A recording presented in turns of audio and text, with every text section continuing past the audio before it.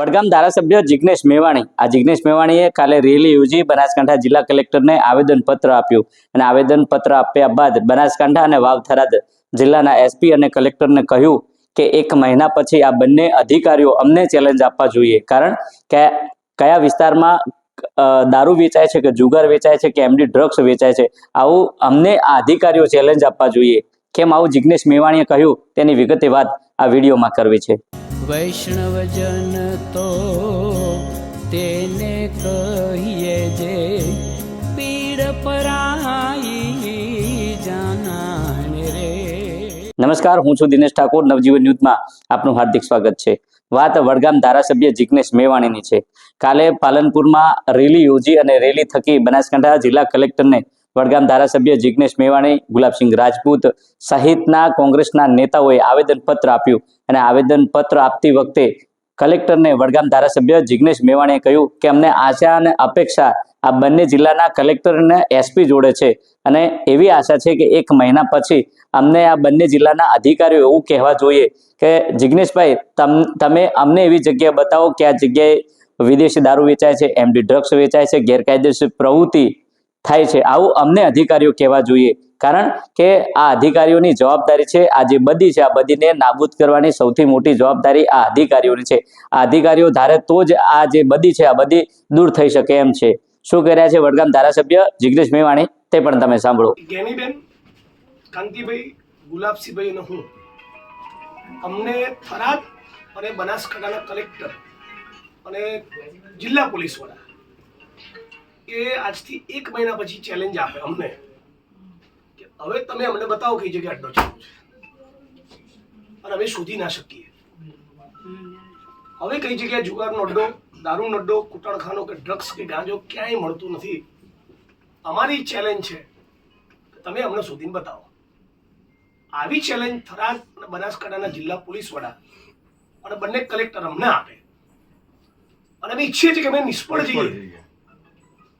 અમે ઈચ્છીએ કે કોઈ પણ પત્રકારે કે યુટ્યુબરે દારૂના ફોટા કે વિઝ્યુઅલ્સ મીડિયામાં ચલાવવા ના પડે અને આ જો ના થાય તેનો મતલબ એમ છે કે ક્યાંક ને ક્યાંક જિલ્લા પોલીસ પ્રશાસન એ આમાં ઇન્વોલ્વ છે અને આમાં ઇન્વોલ્વ હોવાનો મતલબ કે ફોજદારી ગુનાના આરોપી છે।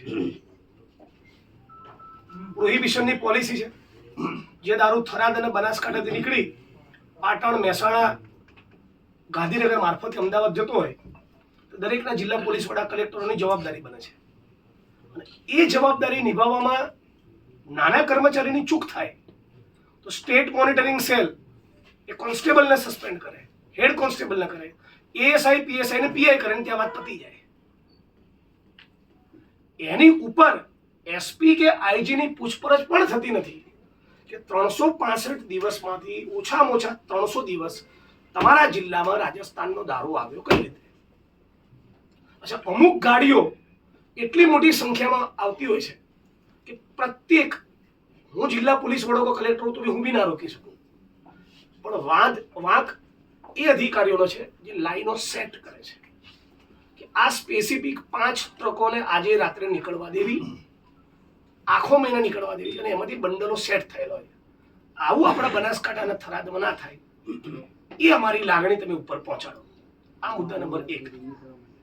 મુદ્દા નંબર 2 કે પોલીસના નાના કર્મચારીઓ માટે પણ અમે કંઈક કહેવા માંગીએ છીએ કે જે ગૃહ વિભાગે સ્પેસિફિક મારી વિરુદ્ધ પ્રોટેસ્ટ કરાયો, એ ગૃહ વિભાગને અમારી લાગણી પહોંચાડો કે તમામ પોલીસ કર્મચારીઓનો યુનિયન બનાવવાની પરમિશન આપી દે। એસઆરપીના જવાનોની પોતાના જિલ્લા બહાર બદલી ના થાય, ગ્રેડ પેનો લાભ મળે અને સ્ટેટ મોનિટરિંગ સેલની રેડમાં ફક્ત કોન્સ્ટેબલ, હેડ કોન્સ્ટેબલ, પીએસઆઈ, પીએને સસ્પેન્ડ કરવામાં ના આવે। તમારે કાર્યવાહી કરવી હોય તો એસપી અને આઈજીને બી કરો, ઇન્કવાયરી કરો લો એન્ડ ઓર્ડરના એડીજીપીની કે શું કરે છે, એમને બી જવાબદારી બને છે ને। એટલે આ નાના કર્મચારીઓ માટે લાગણી હોય તો ટ્રુ સેન્સમાં લાગણી બતાવે આ રીતે। એમને પોલીસ યુનિયન બનાવવાની તમે છૂટ આપો, એમને ગ્રેડ પેનો લાભ આપી દો। મોડલી પ્રથા મુજબ આ રાજ્યના જિલ્લા પોલીસ વડાઓ કેટલાક બેશરમ બની બૂટની દોરી બંધાવે છે કોન્સ્ટેબલ જોડે। કોન્સ્ટેબલ ભાઈઓએ જિલ્લા પોલીસ વડાના બંગલામાં રૂમ એમનો વાળવો પડે છે, એમના તકિયાના કવર બદલવા પડે છે, એમના માટે બજારમાંથી પપૈયું લેવા જવું પડે છે, એમના ત્યાં રસોઈ કરવી પડે. આ પોલીસ કર્મચારીની જવાબદારી નથી. એટલે જિલ્લા પોલીસ વડાઓ અને આઈજીઓ એ કોન્સ્ટેબલોના માલિક નથી. આ લાગણી પણ તમે અમારી પહોંચાડજો. તમે જો તે પ્રકારે વડગામ ધારાસભ્યએ આવેદનપત્ર આપ્યા બાદ બનાસકાંઠા જિલ્લા કલેક્ટરને કહ્યું કે સાહેબ અમે એ આશા અને અપેક્ષા તમારી જોડે લઈને આવ્યા છીએ અને તમારી જવાબદારી છે કે બંને જિલ્લાના એસપી અને કલેક્ટર આવનારા 1 મહિના પછી એવું કહેવા જોઈએ કે વાવ થરાદ હોય કે બનાસકાંઠા હોય, આ વિસ્તારમાં કઈ જગ્યાએ દારૂ વેચાય છે, કઈ જગ્યાએ એમડી ડ્રગ્સ વેચાય છે, કઈ જગ્યાએ કૂટણ કાલું ચાલે છે, આવું અમને તમે કહેજો. કારણ કે અમારી પોલીસ, અમારું જિલ્લાનું વહીવટી તંત્ર સતર્ક બનશે, કાર્યવાહી કરશે અને કદાચ આ કાર્યવાહીમાં ઊણું ઉતરશે તો જિગ્નેશ મેવાણીએ પણ કહ્યું કે ક્યાંક ને ક્યાંક અધિકારીઓની આ સંડોવણીના કારણે આ ગેરકાયદેસર પ્રવૃત્તિઓ ચાલી રહી છે.